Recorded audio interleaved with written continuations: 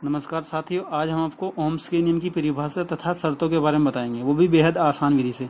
आशा करता हूँ इसके बाद आपको कहीं और से पढ़ने की जरूरत नहीं पड़ेगी ओम्स के नियम के बारे में। यह एक बिल्कुल बेसिक लॉ है जो कि बहुत महत्वपूर्ण है। तो देखिए, ओम्स का नियम के लिए सबसे पहले हम एक ट्रायंगल ड्रॉ करेंगे, ट्रायंगल बनाएंगे, त्रिभुज बनाएंगे। त्रिभुज में हम वी कुछ इस प्रकार लिखेंगे, आई इधर, आर इधर। आर आई इधर भी कर सकते हैं, लेकिन वी को हमें ऊपर ही रखना है।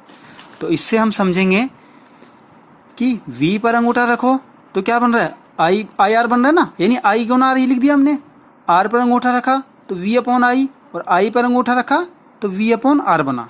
तो ये इसको हमने ऐसे लिख दिया। देखो, याद नहीं करना पड़ा ना हमें। तो इससे हमें क्या निकल के आया कि I बराबर V अपॉन आर, अर्थात V बढ़ाते हैं तो I बढ़ता है, यानी धारा वोल्टेज के समानुपाती तथा धारा प्रतिरोध के व्युत्क्रमानुपाती। अर्थात देखो, V को बढ़ाएंगे हम किसी भी सोर्स में तो I भी बढ़ रहा है, क्योंकि ये सामने वाला बढ़ रहा है तो ये भी बढ़ रहा है। लेकिन कोई इसके नीचे वाला बढ़ रहा है, यानी हिस्सेदार ज्यादा हो रहे हैं, तो हिस्से में कम आएगा ना। देखिए, ओम का नियम परिभाषा कुछ इस प्रकार है। किसी बंद विद्युत परिपथ में बहने वाली धारा वोल्टेज के समानुपाती तथा प्रतिरोध के व्युत्क्रमानुपाती होती है, यद्यपि उसकी भौतिक अवस्थाएं स्थिर हों, जैसे ताप, दाब इत्यादि। अर्थात जॉर्ज ओम ये कहना चाह रहे हैं कि किसी विद्युत परिपथ में हम वोल्टेज दे रहे हैं, कुछ धारा का मान आ रहा है, अब हम वोल्टेज बढ़ाते हैं तो धारा का मान भी बढ़ जाएगा। देखिए, ये हमने एक सर्किट बनाया विद्युत परिपथ, इसमें मैंने 60 वोल्ट ओम रखा मान रेजिस्टेंस का, वोल्टेज का मान रखा 120 वोल्ट। तो धारा का मान क्या आया, 120/60 यानी 2 एम्पियर।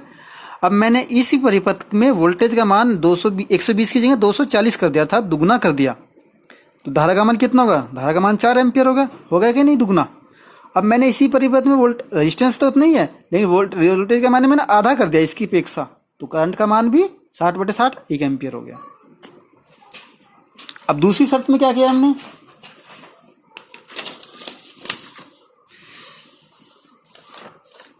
मैंने वोल्टेज का मान पहले वाला ही रखा, लेकिन मैंने रेजिस्टेंस का मान दुगना कर दिया। तो धारा कितनी होगी मेरी, धारा 1 एम्पियर होगी। अब मैंने रेजिस्टेंस का मान आधा कर दिया पहले की अपेक्षा। देखिए,